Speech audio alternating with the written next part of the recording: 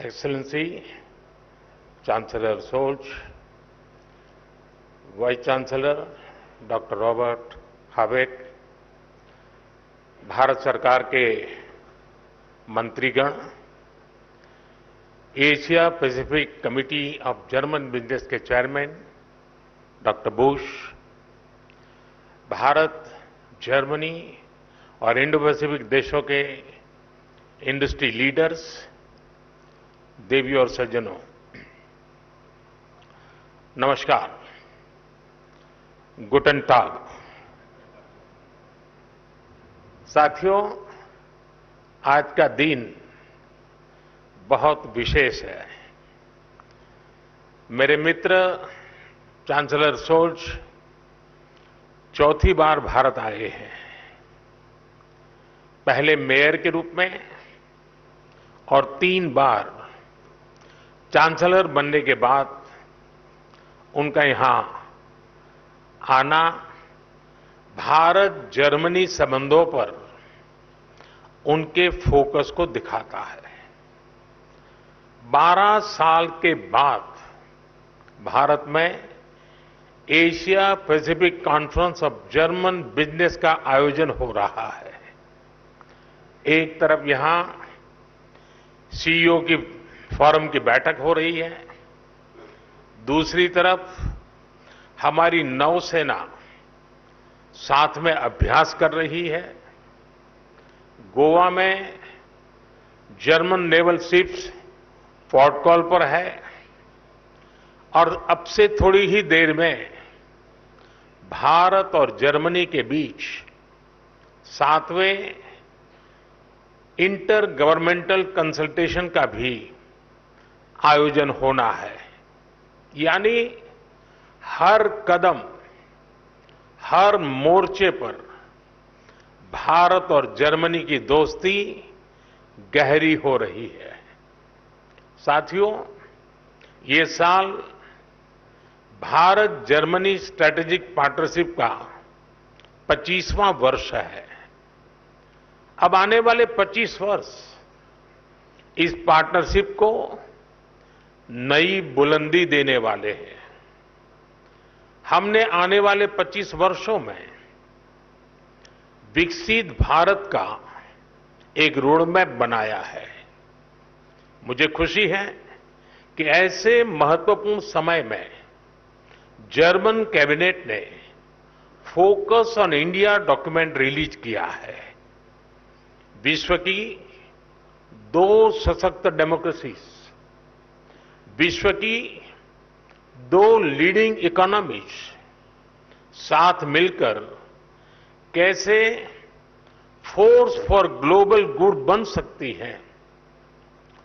Focus on India document में उसका blueprint है। इसमें स्ट्रैटेजिक पार्टनरशिप को होलिस्टिक तरीके से आगे बढ़ाने की अप्रोच और कमिटमेंट साफ दिखता है। खासतौर पर भारत की स्किल्ड मैन पावर पर जर्मनी ने जो भरोसा जताया है वो अद्भुत है। जर्मनी ने स्किल्ड भारतीयों के लिए हर वर्ष मिलने वाले वीजा की संख्या 20,000 से बढ़ाकर 90,000 करने का फैसला किया है। मुझे विश्वास है कि इससे जर्मनी की ग्रोथ को नई गति मिलेगी। साथियों, हमारी आपसी व्यापार $30 बिलियन से अधिक के स्तर पर पहुंच चुका है।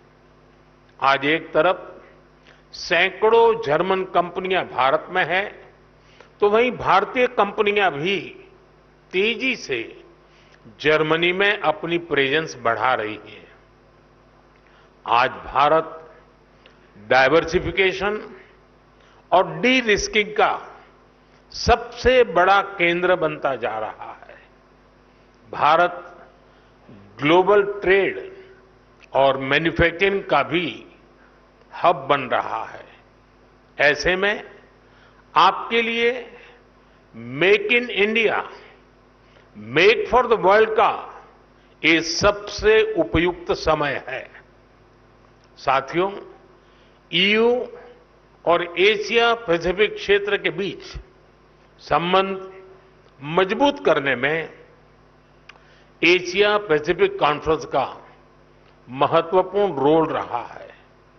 लेकिन मैं इस मंच को सिर्फ ट्रेड और इन्वेस्टमेंट के सीमित दायरे में ही नहीं देखता हूं।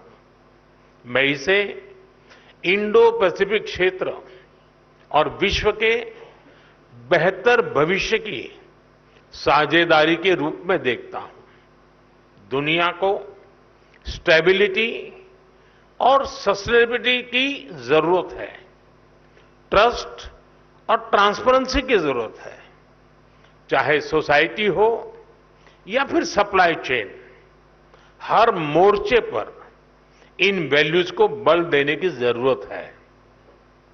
इनके बिना कोई भी देश, कोई भी रीजन अपने बेहतर फ्यूचर की कल्पना नहीं कर सकता। इंडो पैसिफिक रीजन तो दुनिया के फ्यूचर के लिए बहुत जरूरी है। ग्लोबल ग्रोथ हो, पॉपुलेशन हो, स्किल्स हो, इस रीजन का कंट्रीब्यूशन और पोटेंशियल दोनों बहुत व्यापक है। इसलिए इस कॉन्फ्रेंस का महत्व और भी बढ़ जाता है। फ्रेंड्स, भारत की जनता एक स्टेबल पॉलिटी और प्रिडिक्टेबल पॉलिसी इकोसिस्टम को बहुत महत्व देती है।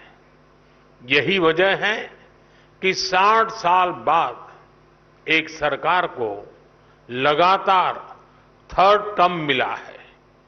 भारत की जनता का ये ट्रस्ट बीते एक दशक में रिफॉर्म, परफॉर्म, ट्रांसफॉर्म वाली गवर्नेंस के कारण मजबूत हुआ है। जब देश का सामान्य नागरिक ये सोच रहा है, तब आप जैसे बिजनेस के लिए, आप जैसे इन्वेस्टर्स के लिए भारत से बेहतर स्थान क्या हो सकता है। साथियों, आज भारत डेमोक्रेसी, डेमोग्राफी, डिमांड और डेटा, इसके 4 मजबूत पिलर्स पर खड़ा है। टैलेंट, टेक्नोलॉजी, इनोवेशन और इंफ्रास्ट्रक्चर भारत की ग्रोथ के टूल्स हैं। इन सभी को ड्राइव करने वाली एक और बड़ी ताकत आज भारत में है। ये ताकत है एस्पिरेशनल इंडिया, यानी एआई, आर्टिफिशियल इंटेलिजेंस और एआई एस्पिरेशनल इंडिया की डबल ताकत भारत के पास है। और एस्पिरेशनल इंडिया को हमारा यूथ ड्राइव कर रहा है। बीती सदी में डेवलपमेंट को मुख्यतः नेचुरल रिसोर्सेज ने गति दी थी। 21st सेंचुरी को ह्यूमन रिसोर्स और ह्यूमन इनोवेशंस गति देने वाले हैं। इसलिए भारत अपने यूथ की स्किल्स और टेक्नोलॉजी के डेमोक्रेटाइजेशन पर बहुत फोकस कर रहा है। साथियों, भारत भविष्य की दुनिया की जरूरतों के लिए आज काम कर रहा है। हमारा मिशन एआई हो, हमारा सेमीकंडक्टर मिशन हो, मिशन क्वांटम हो, मिशन ग्रीन हाइड्रोजन हो, स्पेस टेक्नोलॉजी से जुड़े मिशन हो, डिजिटल इंडिया का मिशन हो, इन सभी का लक्ष्य दुनिया के लिए बेहतरीन और विश्वसनीय समाधान देना है। आप सभी साथियों के लिए इन क्षेत्रों में इन्वेस्टमेंट्स और कोलैबोरेशंस की अनेक संभावनाएं हैं। साथियों, भारत हर इनोवेशन को एक शानदार प्लेटफॉर्म और बेहतरीन इंफ्रास्ट्रक्चर देने के लिए कमिटेड है।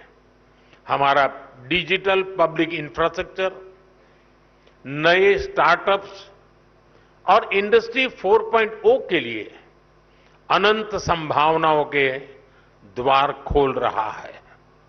आज भारत अपने फिजिकल इंफ्रास्ट्रक्चर को पूरी तरह से ट्रांसफॉर्म करने में जुटा है। रेल, रोड, एयरपोर्ट और पोर्ट में रिकॉर्ड इन्वेस्टमेंट किया जा रहा है। इसमें जर्मन और इंडो पैसिफिक रीजन की कंपनियों के लिए अनेक संभावनाएं हैं। मुझे खुशी है कि रिन्यूएबल एनर्जी को लेकर भारत और जर्मनी मिलकर काम कर रहे हैं। पिछले महीने ही गुजरात में जर्मनी के साथ मिलकर चौथा global renewable energy investors meet आयोजित किया गया है। ग्लोबल लेवल पर रिन्यूएबल एनर्जी में निवेश के लिए भारत जर्मनी प्लेटफॉर्म भी लॉन्च किया गया है। मुझे उम्मीद है कि ग्रीन हाइड्रोजन इकोसिस्टम की जो संभावनाएं भारत ने बनाई है, उसका फायदा भी आप जरूर उठाएंगे।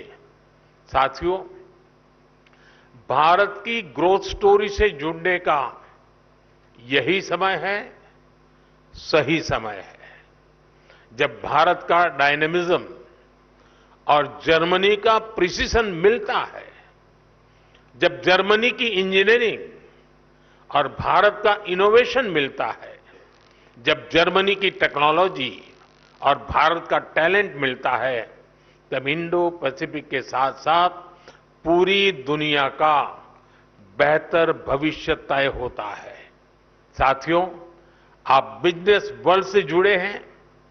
आपका तो मंत्र होता है, when we meet we mean business. लेकिन भारत आना सिर्फ बिजनेस ही नहीं होता। भारत के कल्चर, कुजीन और शॉपिंग को आपने समय नहीं दिया तो आप बहुत कुछ मिस करेंगे।